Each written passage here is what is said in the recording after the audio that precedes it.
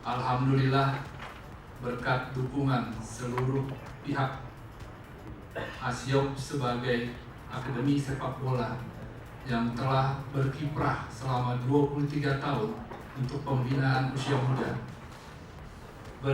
berkolaborasi bersama Batavia Picture membentuk Batavia Sport Group untuk mengakuisisi salah satu klub sepak bola di Spanyol dengan nama CD Polilas Ceuta. Langkah ini dilakukan sebagai kontribusi dukungan untuk kemajuan sepak bola Indonesia melalui upaya mencetak pemain nasional yang kompetitif di level internasional. Ini merupakan suatu mimpi dengan semangat nasionalisme yang direncanakan dengan baik dan dengan dukungan semua pihak. Apresiasi telah datang di masa pandemi ini. Sebenarnya kita juga mau mulai dari beberapa waktu lalu, cuma baru kesampaian hari ini, Pak. Ya, mudah-mudahan ini kita semua tetap menjaga kesehatan dan mudah-mudahan pandemi ini segera berakhir. Saya sedikit kasih ini, Pak, speech sedikit. Saya sih di dunia bola tidak begitu paham, Pak. Saya diundang oleh teman-teman ASIOP dan ini semua teman-teman saya untuk bergabung. Kita bikin PT namanya Batavia Sports Group untuk mengakuisisi klub di Spanyol. Nah, saya rasa ini ya sedikit untuk mengetahui bahwa akuisisi ini sebenarnya prosesnya sudah berjalan mungkin hampir 1 tahun. Kita mencoba melihat segala kemungkinan dan sebenarnya sebelum ini ada beberapa yang kita sudah lihat. Nah, dan terutama memang kita aimingnya di Spanyol, tidak di negara lain. Nah, jadi kalau yang CD Polilas Ceuta ini menurut kita adalah yang terbaik untuk kita akuisisi. Di Polilas Ceuta ini memang ada tim yang dia mempunyai akademi yang cukup baik. Akademinya ini memang bermain di liga yang tertinggi di Spanyol. Ya, artinya lawan mainnya adalah tim-tim besar seperti Real Madrid, Real Betis, ada Malaga, ada Barcelona. Jadi ini cukup bagus. Tadi ada running text-nya ya. Saya kira kalau saya boleh sampaikan, sebenarnya Mr. Abel Almagro dia sangat welcome BSG sendiri sebagai mitra, sebagai owner baru, tambahan gitu ya, partner untuk di CD Polilas Ceuta. Yang kedua tentunya harapan dari Presiden Klub, mereka berharap lebih banyak pemain-pemain dari Indonesia, pemain muda untuk berlatih di CD Polilas. Selain berlatih tentunya mereka berharap juga pemain-pemain muda dari Indonesia bisa dapat bersaing berkompetisi di Liga Senior nantinya. Nah, tadi sudah disinggung oleh Bapak Depri Mas Syarif dan Pak Luki sebelumnya. Itu sebenarnya salah satu kekuatan utama CD Polilas adalah lebih ke pembinaan usia mudanya juga. Nah, artinya mereka memiliki klub, memiliki tim juvenil division di under, yang mana itu merupakan kasta tertinggi untuk kompetisi under 19 player ya. Nah, mereka tadi bersaing dengan yang jelas satu grup itu adalah Real Betis, Sevilla, terus juga ada Malaga. Nanti di grup yang serupa itu ada juga Real Madrid, Barcelona. Pada akhirnya mereka nanti akan menuju ke yang namanya Copa de Campeones, artinya adalah Copa Juara, dan akan mewakili Spanyol 3 tim 4 tim teratas untuk bersaing di Liga Champion Eropa, tapi di level under 19. Nah, jadi pembinaannya itu kalau saya lihat sudah sangat bagus, dan saya sendiri sudah ke Ceuta waktu itu untuk menyaksikan pertandingan. Saya kira level pertandingannya itu mungkin ya sangat tinggi ya menurut saya, intensitas permainannya ya. Cuma mungkin berbeda dengan klub-klub yang berasal dari Belanda atau Inggris, mereka lebih banyak memainkan bola-bola bawah dengan cepat. Jadi saya kira karakter permainan Spanyol ini sangat cocok untuk pemain-pemain dari Indonesia, gitu. Nah, di samping itu kami juga membuka pintu selebar-lebarnya kepada pemain timnas. Kita mensupport jika memang ingin untuk menggunakan fasilitas di Pulilas Ceuta. Kami membuka pintu selebar-lebarnya untuk dapat hadir untuk mencoba langsung training ground CD Pulilas Ceuta. Di samping kepada pemain-pemain lain juga yang berbakat, bertalenta, kami bisa coba support untuk beasiswa di sana untuk juvenil di division di under. Di samping itu juga kita juga punya level selain under 19, kita juga punya tim Liga 4 yang sedang dipersiapkan untuk berkompetisi. Itu artinya tim senior, yang mana nantinya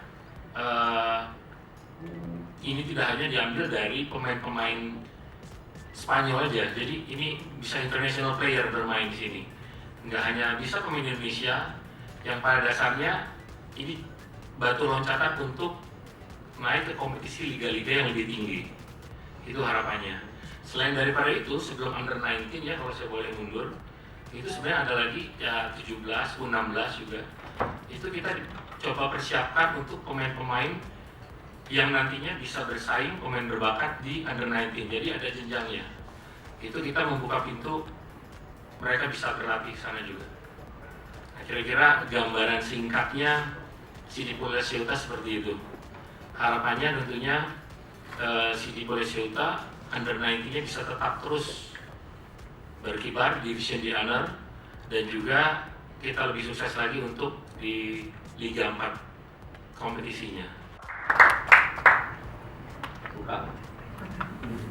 Bismillahirrahmanirrahim. Assalamualaikum warahmatullahi wabarakatuh. Salam sejahtera untuk kita semua.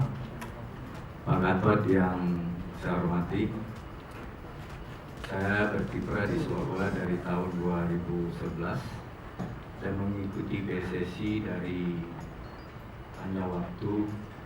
Ini adalah masa yang paling nyaman untuk saya berkegiatan di sepak bola karena harmonisnya antara PSSI dan Kemenpora.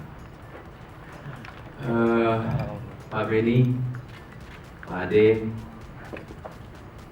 Pak Zul, Ade juga, Ade jadi Zoki. Pertama, sama saya ngikutin Pak Gatot juga di WA beliau, Pak. Alhamdulillah semua kegiatan ASIOP kalau Pak Ade yang memerintahkan hadir. Terima kasih banyak Pak Ade sudah diundang. Saya pertama mengucapkan selamat seperti yang disampaikan Pak Gatot tadi. Mungkin orang yang saya hitung itu tadi yang ke-6 apa yang ke-5 yang mengakuisisi tim luar. Saya akan menyampaikan kepentingan teknis saja. Karena semua kompetisi yang ada di Indonesia tidak satu pun talent scouting dunia yang hadir di sini. Maka oleh sebab itu perlu anak-anak kita berkiprah di luar negeri. Supaya apa? Supaya mereka itu dilihat talentanya. Saya punya pengalaman, anaknya Pak Gatot, Egy Maulana Fikri. Izin Allah waktu itu ada chance untuk kita mengikuti taulon turnamen di Prancis. Saya pikir Pak Ade itu penonton yang bayar, yang menonton pertandingan taulon itu. Kita bertanding dengan Brazil, Skotlandia, dan Cekoslovakia. Ada 3 game yang di situ anak-anak kita bisa melihatkan kemampuannya. Rupanya yang ramai itu Pak Gatot bukan penonton. Semuanya adalah talent scouting dari semua klub di dunia. Dan itulah awalnya setelah selesai pertandingan yang saat itu saya termasuk tim yang saya sukai dan banyak apresiasi dari semua talent scouting yang hadir waktu itu dan datang ke hotel untuk menanyakan beberapa nama pemain. Nah, ini konteks mungkin nanti Polilas akan menjadi tempat transit untuk bisa dilihat oleh talent scouting dunia. Yang kedua, tentu tidak kalah pentingnya, jangan kita memberikan pemain juga nanti yang kualitasnya rendah. Penting Pak Gatot, saya setuju dengan apa yang jadi roadmap-nya Kemenpora. Kemarin banyak bicara dengan beliau bahwasanya Indonesia harus menginstal ulang, menyiapkan generasi baru atlet Indonesia. Tidak bisa lagi secara konvensional. Khusus sepak bola, saya setuju sekali. Oleh sebab itu, kita harus memperbanyak para pelatih yang berkualitas, karena dari pelatih yang berkualitas akan ada pemain-pemain yang berkualitas. Dari pemain berkualitas ini dikemas dalam satu kompetisi yang bermartabat dan lahirlah pemain-pemain yang berkualitas. Mungkin itu yang bisa kami sampaikan dan kami mengikuti roadmap dari Kemenpora dan ini sangat baik sekali. Yang paling penting pertama adalah kami appreciate atas akuisisi ini. Tadi saya ngomong sama Pak De Wellington, untuk di Spanyol ini adalah yang pertama kalinya. Dan baru saja saya laporkan pada Pak Dubes, dan Pak Dubes senang banget. Kemudian katanya Pak Dubes, kapan itu direksi dan juga dari Asyok akan datang ke sini sebentar, sabar Pak Dubes. Pak Dubes sudah nggak sabar, karena Pak Dubes ini adalah rekan kami, beliau itu mantan sekretaris dulu juga. Dan saya laporkan pada beliau tentang hal yang positif ini. Kemudian di luar ini kan kita selama ini kan mengenal Pak Erick Thohir di Inter Milan, kemudian juga ada Jarum di Itali juga, kemudian Pak Erick lagi di Fiji. Poin yang kami sampaikan adalah semoga akuisisi ini mendorong pada mungkin mereka, para pihak, para pengusaha yang punya kompetensi di bidang olahraga khususnya sepak bola untuk melakukan hal yang sama. Ini bukan bermaksud kita untuk mengalihkan kapital ke luar negeri, tidak, jangan diumpulkan seperti itu. Tapi justru ini memungkinkan kita itu punya permanen area. Saya punya hal yang kadang-kadang miris juga. Mungkin rekan-rekan wartawan masih ingat Tristan, Messi-nya Indonesia. Itu kami itu kadang-kadang ada kesulitan. Bukan maksud Kemenpora tidak membantu. Sampai ibunya Tristan itu mungkin kalau boleh dikatakan sampai 4-5 kali ke ruang saya jadi deputi, kemudian jadi sekretaris. Gimana Kemenpora kok sulit sekali itu membantu. Rupanya setelah kita lihat persyaratannya panjang dari Ajax Amsterdam. Persyaratannya panjang sekali, harus ada ini, itu dan sebagainya. Kami sudah komunikasi waktu itu dengan KBRI di Den Haag. Nah, kalau dengan adanya proyek kita ini, kita enak. Ibaratnya kita mau memasukkan pemain, listnya itu requirement-nya tidak panjang lagi seperti itu. Tapi dengan catatan di sini juga harus punya kompetensi, tidak asal kirim begitu saja. Dan ini adalah hal yang positif. Semoga kalau ada banyak yang lain seperti itu, memungkinkan kita para pemain yang lain seperti Tristan itu tidak terabaikan lagi. Yang kedua adalah kita harus appreciate pada Asyok, pada tempatnya Pak Luki dan Pak Azrul. Ini suasananya adalah suasana jujur, tapi nanti biarkan rekan-rekan media kalau tanya, jangan ke Piala Dunia, tanyalah yang kayak gitu. Karena kalau saya buka semua nanti teralihkan ke Piala Dunia. Poinnya adalah ini momentum yang bagus, karena sebentar lagi kita akan menjadi tuan rumah Piala Dunia. Pak Menteri itu sudah mencanangkan, harus suasana euforia itu sudah harus kencang sekali. Karena udah nggak ada waktu lagi, ini less than 1 year, kurang dari 1 tahun. Dan nggak ada pilihan lain, kami itu harus betul-betul ngebut kenceng banget gitu. Jadi makanya dengan adanya acara akuisisi ini memungkinkan untuk semua suasana bola akan semakin tinggi lagi.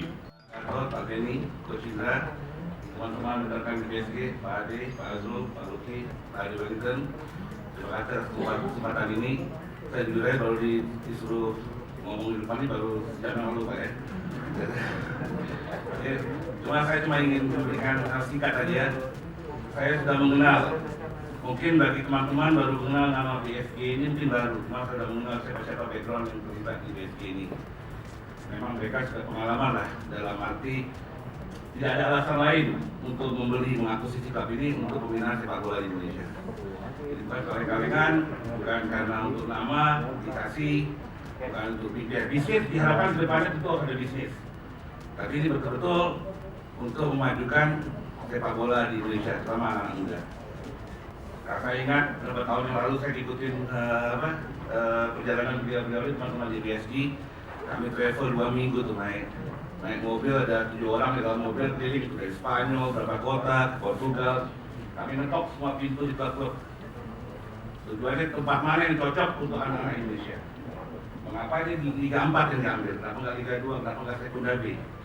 Dan mengapa mayoritas pembicaraan hari ini adalah mengenai Under 19? Karena situlah jembatannya yang diharapkan. Karena kita sudah coba bahwa anak-anak mungkin yang sebelumnya langsung di atas 20 tahun, apakah mereka siap langsung terjun ke Eropa? Belum tentu, ya kan? Dan mungkin tadi hanya sebagian dijelaskan oleh Pak Azrul bahwa selain di under ini nanti ada program-program juga yang untuk 15, 16, 17, ya kan? Dan memang selama ini yang pengalaman kami, saya juga sebagai agent mengirim pemain-pemain keluar untuk dalam peraturan FIFA anak-anak kita di bawah 18 tahun itu belum bisa main, belum ikut kompetisi. Dan kita kompetitif.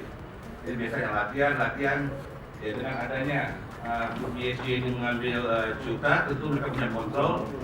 Di depannya banyak anak-anak di bawah 18 disiapkan program di mana mereka berhanya latihan tapi juga berkompetisi. Apakah itu friendly game, apakah di semua turnamen, ya kan? Dan juga saya harapkan juga nanti ini di anak ini gapnya sangat kecil. Kita tahun ini mengincar pelayaran 2002. Kenapa? 2001 sudah lewat di atas 19, 2003 masih belum bisa main di Eropa setahun. Tapi yang kita harapkan dari 24 anak, mungkin tahun ini dimulai dengan 24 anak beasiswa untuk kelahiran 2002. Diharapkan nanti mereka berikutnya bisa ke preferensi. Dan setelah ke saat-saatnya mungkin bukan hanya kecil aja. Itu merupakan pintu suatu jembatan untuk mendistribusikan anak-anak kita ke negara-negara lain di babak terpercaya di Eropa. Itu rencananya begitu, dan saya suatu dan tugas saya nanti di sini juga selain ingin membantu mereka untuk rekrut anak-anak terbaik di Indonesia, tugas saya juga ingin bantu bagaimanapun anak-anak ini perlu di-manage dengan benar. Ya kan, seorang Messi, seorang Ronaldo itu mempunyai manajemen, mempunyai agent. Ya, agent itu bukan hanya mencari duit kontrak setahun sekali habis tinggal, tapi bagaimana membantu membina anak-anak itu. Ya, karena Cuta juga dipilih dengan satu alasan yang betul, saya mungkin tidak ngikutin proses-proses terakhir, tapi di mana tadi dibilang ini merupakan tempat yang cocok untuk anak-anak Indonesia tinggal, cuaca juga cocok, mayoritas juga di kalangan Muslim, ya kan. Dan saya harap kedepannya ya ini bukan nanti kedepannya ini bukan hanya satu klub aja Pak, ya kan, tapi yang penting kita semua tahu prosesnya. Dan saya siap mendukung BSG, insya Allah apa yang kita semua dapat tercapai.